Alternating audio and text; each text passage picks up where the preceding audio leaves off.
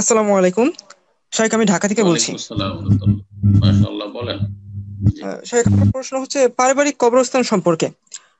আমাদের হুম। দেশে দেখা যায় যে বাবা মায়ের বা প্রিয় মানুষের কবর সারা জীবন সংরক্ষণ করে রাখার জন্য পারিবারিক কবরস্থান পাবলিক কবরস্থান বাদ দিয়ে পারিবারিক কবরস্থান বা বাড়ির উঠানে কবর দেওয়া হয়।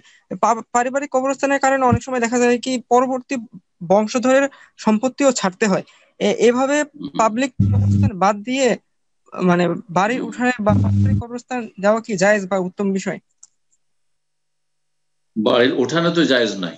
বাড়ির উঠানে, হ্যাঁ, এমন জায়গায় যেখানে হয়তো কিছুদিনের মধ্যে আবার ঘর তোলার প্রয়োজন হবে, অথবা বসবাসের প্রয়োজন হবে, অথবা ছেলেমেয়েরা দৌড়াদৌড়ি করবে ইত্যাদি, এক কথায় আবাদ করবে, তখন বিভিন্ন রকমের বাহানা করবে যে এখান থেকে কত যে ফতোয়া আমাদের কাছে এরকম মাসলা আসে যে এখন কবরটাকে 20 বছর হয়ে গেছে, 30 বছর হয়ে গেছে, এটাকে উঠিয়ে অন্য জায়গায় সরিয়ে দিতে চাই, কেন সরাবেন? আপনার সাথে সরাবেন, এটা চাইছেন।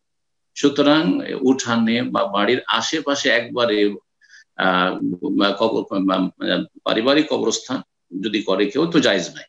কিন্তু ধরেন বাড়ি থেকে একটু দূরে মাঠে, কিন্তু নিজের বংশের প্রাইভেট কবরস্থান, শুধু আমাদের বংশের লোকেরা অথবা আমাদের পরিবারের লোকেরাকে এখানে দাফন করা হবে, এরকম করলে জায়েজ আছে, অসুবিধা নেই। কিন্তু শর্ত হচ্ছে যে সেটা যেন নাপাকি থেকে সংরক্ষণ করে রাখে, হেফাজতে রাখে।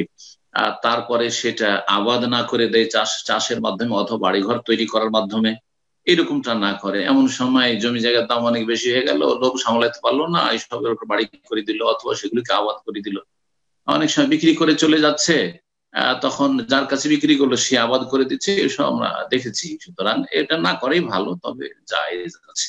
হ্যাঁ, বাড়ির আশেপাশে, মসজিদের আশেপাশে, উঠানে, এগুলোতে কবর কবর দেওয়া যায়, কিন্তু জরুরি নয় আপনার জন্য যে ওই সরকারি যে গ্রামবাসীর কবরস্থান আছে আহ সেই কবরস্থানেই দাফন হইতে হবে বা দাফন করতে হবে, এরকমটা জরুরি নয়। জি। আল্লাহ আ'লাম।